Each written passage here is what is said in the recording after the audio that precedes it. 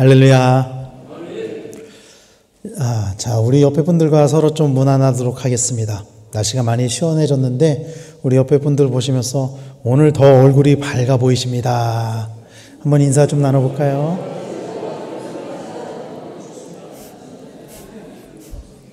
조금 시원해져서 좋지 않으신가요? 저만 좋은가 봐요. 날씨가 시원해져서 예배 나오기도 또 특히 새벽기도 나오기도 좋은 계절이 왔습니다. 가장 더울 때는 교회가 가장 시원해서 나오기 좋은 계절이고요. 또 봄, 가을은 또 예배드려 나오기 좋은 계절입니다.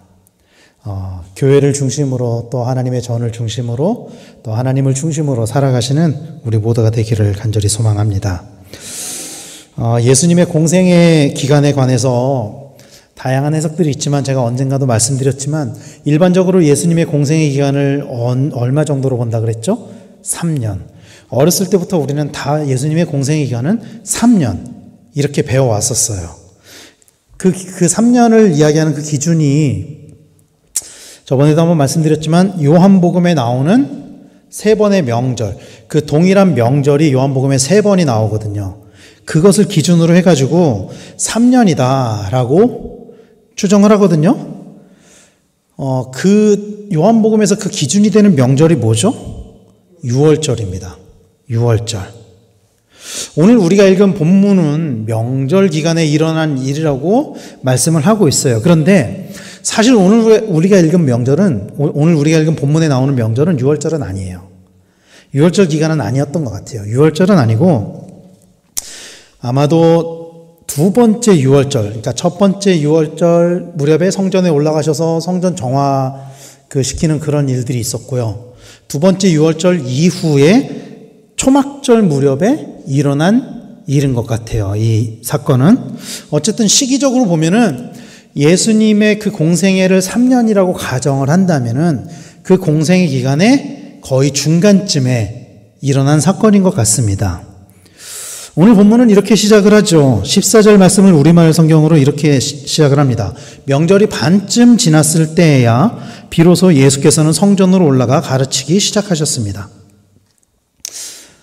명절이 되면은 모든 유대인 성인 남성은 성전에 올라가서 명절을 지킵니다. 우리도 다음 주에 명절이잖아요. 우리가 보통 명절을 지킨다, 명절을 쐰다 하는 것은 어떤 행동을 이야기를 하는 거죠? 대부분 전통적으로 보면은 부모님 댁 혹은 첫째 형님 큰 집, 우리가 말하는 큰 집에 모여서 차례를 지낸다거나 옛날은 제사를 지낸다거나 이거를 명절을 쐰다고 이야기를 하잖아요. 이스라엘의 명절을 세는 것은 모든 성인 유대인 남성이 성전에 올라가는 것, 그게 명절을 세는 것입니다. 그런데 보면 오늘 본문 말씀은 명절에 일어난 일인데 예수님께서는 그 명절에 처음부터 성전에 올라가시지 않았던 것 같아요. 그러니까 명절 그 기간에 성전에 올라가서 명절을 세는데 심지어 오늘 여기에 나오는 이 명절이 어떤 명절이라고 그랬죠? 초막절.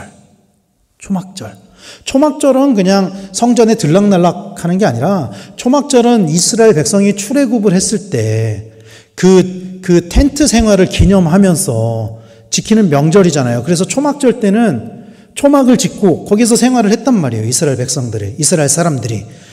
그런데 예수님께서는 처음부터 성전에 올라가신 것이 아니라 중간쯤 돼서 성전에 올라가셨어요. 아마도 성서학자들은 이게 한 명절 딱 시작하고 한 4일쯤 되었을 때 성전에 올라갔을 것이라고 추정을 하는데, 그런데 그조차도 예수님께서 올라가실 때 모습을 보면은 아무도 모르게 올라가셨다라고 성경은 기록하고 있어요. 10절 말씀 우리말 성경으로 이렇게 말씀하고 있거든요. 그러나 예수의 동생들이 명절을 지키러 올라간 후에 예수께서도 아무도 모르게 올라가셨습니다. 그러니까 예수님의 동생들은 이미 명절을 지키러 성전에 올라가 있어요. 근데 예수님은 같이 가지 않으셨어요. 그리고 며칠 있다가 조용히 몰래 아무도 모르게 성전에 올라가셨다는 거예요. 그러면 왜 예수님께서 명절에 아무도 모르게 성전에 올라가셨느냐 하는 것이죠. 요한복음에는 그 예수님의 그 초림의 행적을 기록한 성경책이 그 사복음서잖아요. 마태, 마가, 누가, 요한복음. 근데 그 중에서 요한복음에는 상대적으로 좀 적게 기록이 되어 있지만 다른 공관복음서, 마태복음, 마가복음, 누가복음에는 예수님의 치유 사역이 굉장히 많이 기록이 되어 있어요. 상대적으로 요한복음엔 좀 적게 기록이 되어 있어요. 특히 예수님께서는 이 치유 사역을 시기를 가리지 않고 사역을 행하셨는데 안식일에도 병을 고치신 일이 유대인들 사이에, 특히 이제 바리새인이나 율법주의자들 이런 사람들 사이에 문제가 됐던 거예요. 저 사람이 율법을 어겼다. 안식일에 일을 했다. 그래서 율법에 따라서 예수님을 죽이려고 했던 시도가 있었던 것 같습니다. 그리고 그런 이유로 인해서 예수님은 사람들 모르게 성전에 올라가셨던 것 같아요. 요한복음 7장 1절 말씀은, 이 7장의 처음에 1절 말씀은 이렇게 말씀하고 있거든요. 그 후에 예수께서 갈릴리에서 다니시고 유대에서 다니려 아니하심은 유대인들이 죽이려 함이러라. 그러니까 예수님이 유대 땅에서 활동을 안 하고 이때 예수님의 고향인 갈릴리 땅으로 다니려 했던 이유는 유대에 가면은 유대인들이 죽이려고 했던 거예요. 이 율법적인 논란 때문에 예수님을 죽이려고 했던 시도가 있었던 거죠. 그런데 그렇다고 해서 예수님이 죽음을 두려워하셨다고 오해하시면 안 됩니다. 예수님이 죽음이 두려워서 성전에 몰래 가신 것은 아니에요. 예수님이 그들과 부딪히는 것을 피하신 이유, 예수님이 그런 논쟁들을 피하신 이유는 예수님의 때를 기다리셨기 때문입니다. 예수님이 기다리셨던 그 때는 십자가의 때인 거죠. 우리를 구원하시기 위한 사역의 때인 거죠. 그래서 예수님은 그런 어떤 율법주의자들, 바리새인들과의 논쟁을 피해서 낮은 곳으로 임하셔서 사람들을 만나시고 치유하시고 가르치시는 거예요. 오늘 본문도 예수님께서 조용히 성전에 들어가셔서 사람들을 가르치시는 장면을 말씀하고 있는 것입니다. 우리가 알고 있는 것처럼 예수님께서 이 땅에 오셔서 하신 큰 세 가지의 사역은 뭐죠? 가르치고, 전파하고, 치유하고, 이 세 가지 사역을 핵심적으로 하셨단 말이죠. 그중 하나인 예수님의 가르침, 그러니까 이전에 치유의 사역이 문제가 됐었고 오늘 본문은 예수님이 이제 성전에 들어가셔서 사람들을 가르치는 장면이란 말이죠. 그 가르침에 대해서 그렇다면 사람들이 어떻게 반응을 했느냐. 치유에 대해서는 특히 예수님이 안식일에 치유를 한 것들에 대해서 문제 삼았단 말이죠. 예수님의 가르치시는 장면에 대한 사람들의 반응은 이랬어요. 15절 말씀이 이렇게 기록하고 있습니다. 유대인들이 놀랍게 여겨 이르되 이 사람은 배우지 아니하였거늘 어떻게 그를 아느냐 하니. 유대인들이 놀랍게 여겼다라고 기록하고 있어요. 오늘날 우리는 성경책을 얼마든지 구할 수 있고 얼마든지 볼 수 있는 시대죠. 그런데 인쇄술이 발달하지 않았던 예수님 당시에 성경책은 어떻게 만들어졌을까요? 그 당시에. 그 당시에 성경책은 인쇄가 아니라 다 쓴 거죠. 받아 쓴 거란 말이에요. 베낀 거란 말이에요. 그것도 종이가 이렇게 얇지도 않아서 두루마리에 둘둘둘둘둘둘 이렇게 말려 있는. 그래서 성경이 많지도 않았고요. 원하는 때 아무 때나 오늘날 우리처럼 성경을 아무 때나 펼쳐서 볼 수 있는 시대도 아니었죠. 이 예수님의 시대를 떠나서 여러분 중세 시대까지만 해도 이 16세기에 이르러서 마틴 루터가 독일어로 성경을 번역하기 전까지만 해도 성경은 성직자들 외에는 보지를 못했어요. 글을 몰랐다고요. 16세기까지도 성경을 읽을 수가 없었어요, 사람들이. 물론 모세오경이야 어려서부터 유대인들이 암송을 하니까 암송을 하면서 가르치고 하지만 선지서나 이런 말씀들은 익숙하게 볼 수 있는 말씀들이 아니었단 말이죠. 그러나 예수님께서는 구약 성경을 굉장히 다양하게 가르치셨던 것 같고 이것은 당시 유대인들에게는 굉장히 놀라운 일이었습니다. 왜냐하면 예수님은 성경을 배우신 적이 없기 때문이에요. 글을 배운 적이 없기 때문이에요. 그 바울 서신서에 보면은 구약 성경 말씀이 굉장히 많이 인용이 되어 있거든요. 바울은 구약 성경을 굉장히 탁월하게 잘 알고 있었고 많이 인용을 해서 성경 말씀을 가르쳤어요. 근데 바울이 구약을 아는 것, 바울이 성경을 아는 것과 예수님이 성경을 아는 것은 차원이 다른 문제예요. 바울은 고등교육을 받은 사람이었잖아요. 어려서부터. 성경을 배웠던 사람이란 말이죠. 예수님은요, 예수님의 가문은 가난한 목수의 가문이었어요. 심지어 예수님의 아버지 요셉, 육신의 아버지 요셉은 일찍 죽었던 것 같습니다. 그래서 예수님이 실질적인 가장의 역할을 해야만 했고, 그래서 예수님은 실제로 목수 일을 하면서 생계를 유지했던 것 같아요. 그런 상황 속에서 말씀을 배운다? 글을 배운다? 불가능한 일이죠. 우리나라만 해도 불과 50년 전, 60년 전만 해도 글을 배운다는 것이 굉장히 특별하게 여겨졌던 시대가 있었잖아요. 먹고 살기 힘들어서, 교육을 받지 못해서. 예수님의 시대는 더했단 말이죠. 그러니까 예수님이 말씀을 가르치는 것에 대해서 사람들이 놀랍게 여기는 것은 어쩌면 당연한 반응이었을지도 몰라요. 그러나 예수님은 누구보다도 탁월하게 말씀을 가르치심으로 사람들을 놀라게 했습니다. 그리고 예수님께서는 그 가르침에 관해서 뭐라고 말씀하셨냐면은 이것은 나를 보내신 이의 것이다. 나를 보내신 이의 것이다. 이것은 내가 가르치는 것이 아니라 내가 어떤 랍비들이나 회당장이나 이런 사람들처럼 성경을 교육받아서, 글을 교육받아서 읽어서 가르치는 것이 아니라 나를 보내신 이의 가르침이다. 이렇게 말씀하고 있다는 것이죠. 사람들은 예수님의 행색이나 예수님의 가문이나 예수님의 배경을 바라봤어요. 그래서 가난한 목수, 또 고아, 그런 예수님이 사람들을 가르치는 것에 관해서 놀라운 시선으로 바라봤습니다. 그러나 예수님의 가르침은 사람들에게 배운 것이 아니라 하나님으로부터 온 것이었죠. 예수님이 곧 하나님이기 때문에 모든 그 가르침은 예수님으로부터 나오는 것이었습니다. 그리고 그 모든 가르침의 기준 또한 예수님으로부터 나오는 것이었죠. 오늘 본문에서 예수님은 유대인들을 가리켜서 뭐라고 말씀하고 있냐면요, 율법을 어기는 자로 묘사하고 있어요. 19절 말씀에 보면은 너희 중에 율법을 지키는 자가 없도다, 이렇게 말씀을 하시거든요.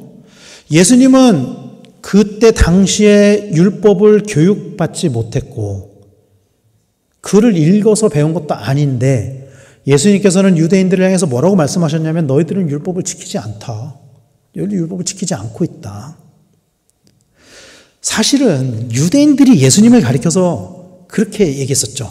당신은 율법을 지키지 않고 있습니다. 안식일에 당신은 율법을 어겼습니다. 이거는 유대인들이 예수님을 향해서 했던 말이에요, 사실. 그래서 핍박하고, 그래서 죽이려고 했었죠. 그런데 예수님은 오히려 그런 유대인들을 향해서 너희들이 율법을 지키지 않고 있는 거야, 이렇게 말씀하고 있는 거예요, 오늘 본문에서는. 그들이 어떤 율법을 어기고 있었을까요? 예수님께서는 유대인들이 안식일에 할례를 행하는 것에 관한 모순을 지적하고 있어요. 오늘 본문에 보면은 유대인들이 수많은 그 율법, 600개가 넘는 그 율법 중에서 가장 중요하고 가장 민감하게 여기는 두 가지가 뭔지 아십니까, 여러분? 안식일과 할례입니다.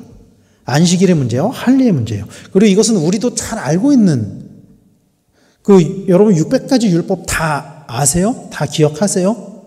아무도 기억하지 못할 거예요. 그러나 이 안식일에 관해서, 할례에 관해서 유대인들이 중요하게 여긴다는 사실은 다 아실 거예요.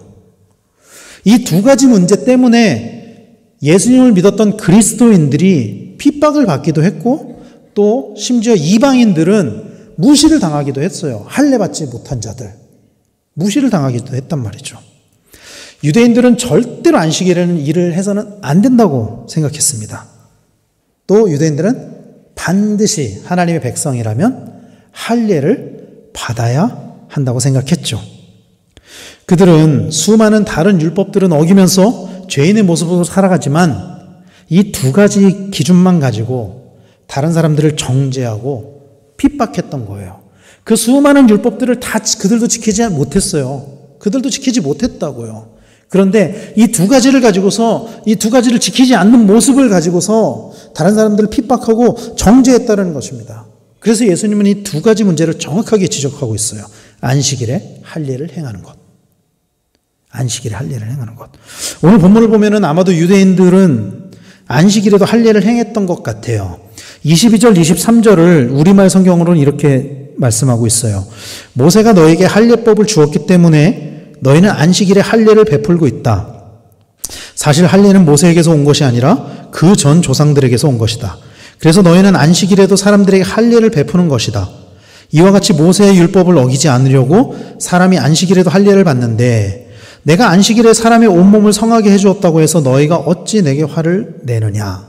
이게 내용이 이런 거예요. 안식일에 아무것도 하지 말라고 너희들 율법 가르칠 때 그렇게 가르치지 않냐. 그 가르침이 모세에게서 왔다고 여기지 않냐. 그래서 모세의 또 다른 가르침인 그 할례를 행하는 것. 사실은 이 모세가 가르쳤던 안식일에 아무것도 하지 말라는 것과 할례를 하라는 것이 안식일에 행해지는 그 할례가 부딪히는 것이 아니냐. 이 이야기를 하고 있는 거예요. 이 모순을 지적하고 있는 거예요. 유대인들은 율법이 모세에게서 왔다고 여겼었어요. 유대인들은. 그래서 모세의 가르침이 율법의 가르침을 뛰어넘는 것으로 생각한 것이죠. 모세의 가르침이 더 중요하다. 그러니까 모세를 신성시하듯이 모세를 중요하게 여겼던 거예요. 그래서 모세의 율법을 배운 사람들을 율법을 잘 아는 사람으로 여기고 우대했던 것이죠. 우리가 알고 있는 것처럼 유대인들에게 있어서 역사적으로 모세는 가장 큰 영향을 준 인물 중 한 사람 맞습니다. 틀림없습니다. 식민지배에 있던 이스라엘을 애굽으로부터 독립시키고 약속의 땅 가나안으로 인도해 준 인물이기 때문이죠. 영웅이죠. 독립 영웅이죠.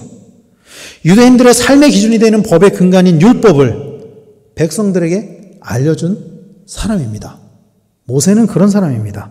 그러나 그 모든 것들이 모세로부터 주어진 것이 아니라 하나님으로부터 주어진 것이라는 것을 유대인들은 간과하고 있었던 거예요. 그러니까 이 율법은 모세의 가르침이 아니라 하나님이 주신 것이다라는 것을 유대인들이 간과하고 있었다라는 것입니다. 이스라엘을 애굽에서 나오게 하신 이는 모세가 아닙니다, 여러분. 하나님이십니다. 율법을 주신 이는 모세가 아닙니다. 하나님이십니다. 그러나 이스라엘은 그 모든 것들이 모세로부터 나온 것으로 여기고 있는 거예요. 그래서 그들의 삶의 기준이 하나님이 아니라 모세가 되어 있었다라는 거예요. 모세의 율법, 모세로부터 받은 율법이 그들의 삶의 기준이 되어 있었다라는 거예요. 로마서 4장에 보면은 바울이 유대인들의 율법주의를 책망하는 장면이 있습니다. 바울은 유대인들에게 율법이 모세로부터 온 것은 맞지만 이스라엘이 하나님에게 선택받은 것은 모세 이전에 아브라함 때부터이다. 이렇게 말씀을 하면서 이스라엘이 모세를 기준으로 삼는 것, 모세의 율법을 기준으로 삼는 것에 대한 모순을 바울도 지적을 하고 있어요. 로마서 4장에 보면 구원이 모세의 율법에서 나오는 것이 아니라 믿음으로부터 나오는 것이다. 바울이 이렇게 지적을 하고 있거든요. 이스라엘 백성들은 구원을 얻는 방법, 의롭다함을 얻는 방법을 뭐라고 여겼냐면 모세로부터 주어진 율법을 잘 지키는 것. 이것이 의롭다 하심을 받는 방법, 구원을 얻는 방법이라고 여겼는데 바울은 아니야, 그게 아니야. 모세 이전에도 이미 너희 민족들은 구원을 받았어. 그 율법이 주어지기 전에도 너희들은 구원을 받았어. 그러므로 그 율법이 구원의 절대적인 기준은 아니야.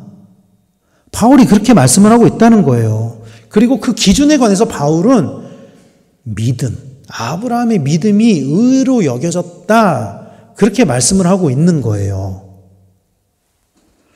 당시 유대인 율법주의자들은 모세를 막 높여서 신격화시켜서 모세의 가르침을 신성한 것으로 여겼어요. 그래서 모세의 율법을 어기는 사람들을 잡아서 죽이기도 하고 핍박하기도 했던 것이죠. 그들은 잘못된 기준을 가지고 가르치고 판단하고 있었어요. 율법이 잘못된 것이 아니라 그 율법을 주신 이가 하나님이라는 사실을 간과하고 있었던 거예요. 율법의 정신을 간과하고 있었던 거예요. 그들은. 그 모든 판단의 기준은 모세가 아니라 하나님이 되어야만 합니다. 믿으십니까? 하나님이 되어야만 해요. 그래서 오늘 본문 24절에서 예수님께서는 결론적으로 이렇게 말씀하고 있습니다. 24절을 같이 한번 읽겠습니다. 시작. 외모로 판단하지 말고 공의롭게 판단하라 하시니라. 사람들은 판단의 기준을 겉에 보이는 것에 둡니다. 겉에 보이는 것에 둡니다. 어떤 사람을 판단함에 있어서 그 사람의 외모, 학벌, 나이, 출신, 이런 것들을 가지고 그 사람을 판단을 해요. 그러나 예수님은 그런 것들이 아니라 하나님의 공의로 판단하고 있음을 말씀하고 있습니다. 겉으로 보이는 것으로 판단을 한다면은 안식일에 할례를 행하는 것이나 안식일에 병자를 고치는 일은 모두 율법을 어기는 일이 되죠. 행위만 놓고 본다면. 그러니까 그들이 안식일에 할례를 행하는 것도 율법을 어기는 거라는 거예요. 겉으로 보이는 것만 그것으로 판단을 한다면.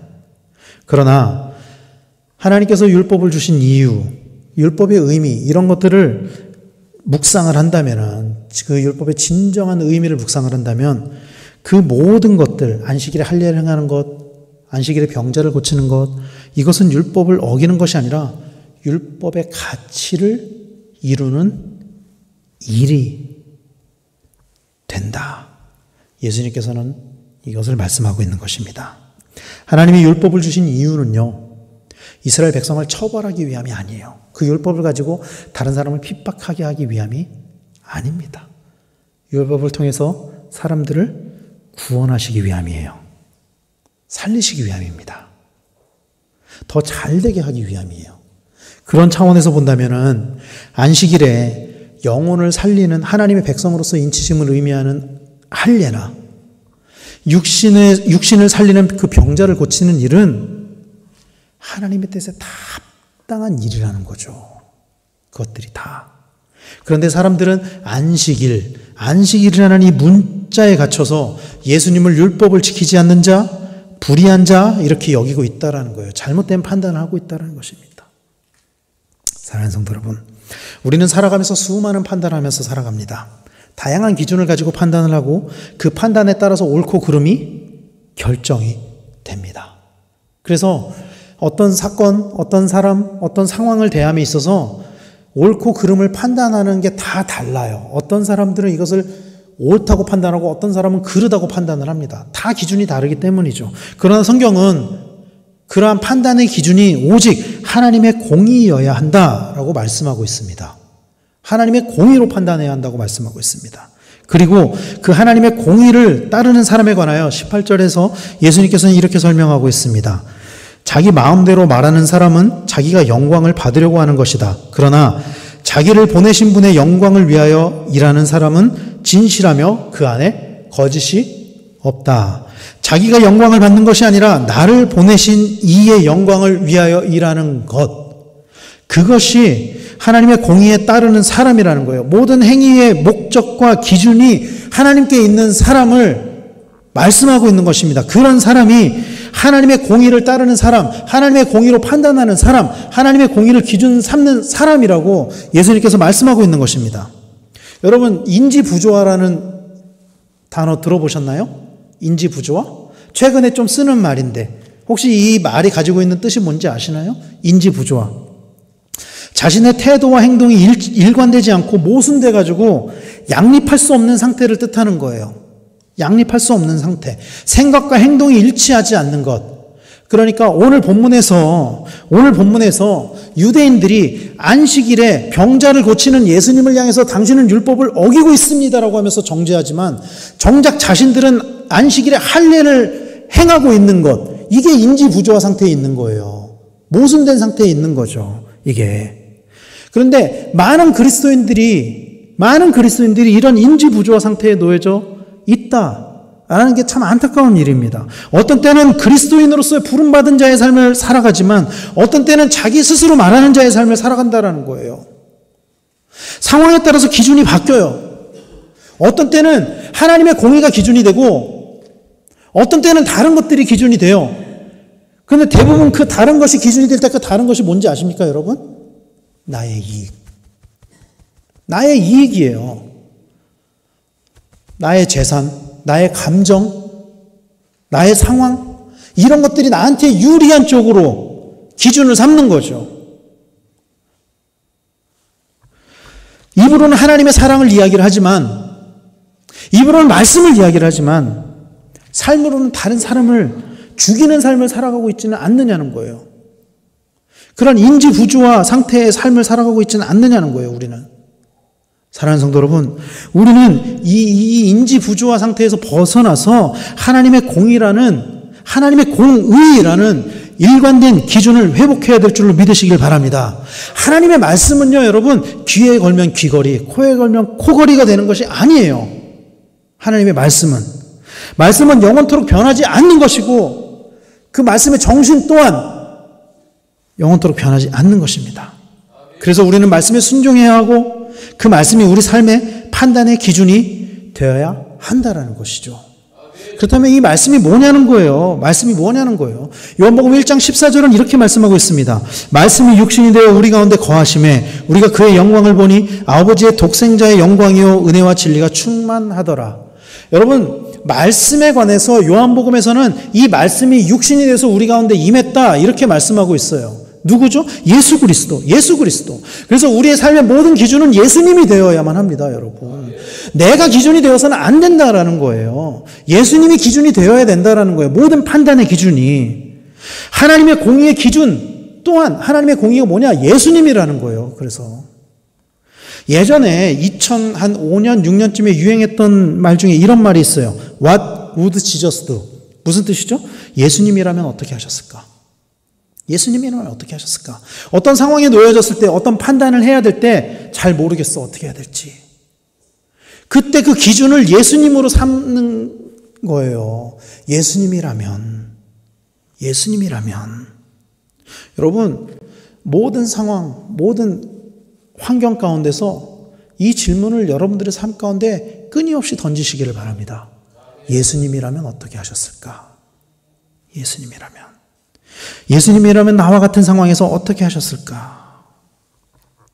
그리고 여러분, 이것은요, 남을 판단하는 것, 상황적인 것, 이런 것을 떠나서 그것에서 그치는 것이 아니라 나 스스로를 판단함에 있어서도 반드시 필요한 질문이에요. 이것은. 왜냐하면 내가 다른 사람을, 어떤 상황들을 판단하는 것과 마찬가지로 나도 다른 사람에게 판단을 받기 때문이에요. 로마서 2장 1절 말씀은 이렇게 말씀하고 있습니다. 그러므로 남을 판단하는 사람아, 누구를 막론하고 내가 핑계하지 못할 것은 남을 판단하는 것으로 내가 너를 정죄함이니 판단하는 네가 같은 일을 행함이니라. 이 로마서 2장 1절은 바울이 그 유대인 그리스도인들을 향해서 유대인 그리스도인들이 이방인 그리스도인들을 판단하고 정죄하는 것을 책망하는 말씀이거든요, 이게. 너희가 판단하는 그 판단으로 너도 정죄받을 거야. 그리고 무엇보다 중요한 것은 마지막 날에 하나님 앞에서 그렇게 판단받게 될 것이라는 것을 바울은 이야기를 하고 있는 거예요. 사랑하는 성도 여러분, 그래서 우리가 하나님의 공의로 판단을 받기 위해서는 우리가 먼저 말씀 가운데 서야만 합니다. 우리가 먼저 말씀 가운데 서야 돼요. 예수님이라는 절대적인 그 기준을 내 삶에 세우고 예수님의 가르침대로 살아야만 합니다. 그렇지 않다면, 인지부조화 상태에 놓여져 있다면은 우리의 삶은 내로남불이 될 거예요. 나한테 유리할 땐 그리스도인, 나한테 불리할 땐 세상 사람들과 똑같은 삶. 성경에서는 이것을 뭐라고 말씀하고 있는지 아십니까? 예수님께서 이렇게 가르치셨어요. 누가복음 6장 42절 말씀입니다. 같이 한번 읽겠습니다. 시작. 너는 내 눈 속에 있는 들보를 보지 못하면서 어찌하여 형제에게 말하기를 형제여 나로 내 눈 속에 있는 티를 빼라 할 수 있느냐? 외식하는 자여 먼저 내 눈 속에서 들보를 빼라. 그 후에야 내가 밝히 보고 형제의 눈 속에 있는 티를 빼리라. 아멘. 사랑하는 성도 여러분, 우리는 각자의 기준으로 서로를 판단하고 때로는 정죄하기도 하면서 살아가죠. 제가 최근에 이제 고린도 전서를 새벽 기도 때 이렇게 말씀을 전하기도 하고 또 판단에 관한 이런 말씀들을 좀 많이 전했는데 성경에서는 판단하지 말라는 말이 참 많이 나와요. 그런데 그럼에도 불구하고 우리는 여전히 판단하고 살아가거든요. 인지하고 살아가거든요. 그 판단을 함에 있어서의 기준을 성경은 하나님의 공의로 삼아야 된다고 오늘 말씀은 이야기를 하고 있는 거예요. 그러나 대부분의 사람들은 판단의 기준을 나로 삼습니다. 내가 판단의 기준이에요. 내가 기분이 나빠. 내가 손해를 봐. 이게 대부분 사람들의 판단의 기준이 되는 거예요. 이게 문제라는 거예요. 그리스도인들은 그래서는 안 된다는 것입니다.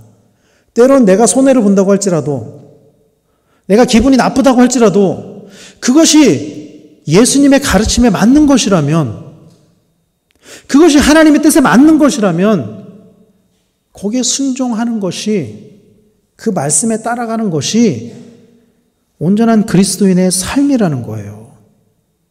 사랑하는 성도 여러분, 그래서 우리의 모든 삶의 기준이 예수님이 되어야 할 줄로 믿으시기를 바랍니다. 예수님의 뜻에 합당한 삶이 온전한 그리스도인의 삶입니다. 온전한 그리스도인의 삶은요, 단순히 모든 예배에 다 나오고 교회에서 봉사를 열심히 하고 헌금 생활도 열심히 하고 그런다고 해서 온전한 그리스도인의 삶이 주어지는 것이 아니에요. 예수님의 말씀에 순종해야만 합니다. 하나님의 뜻대로 살아가야만 합니다.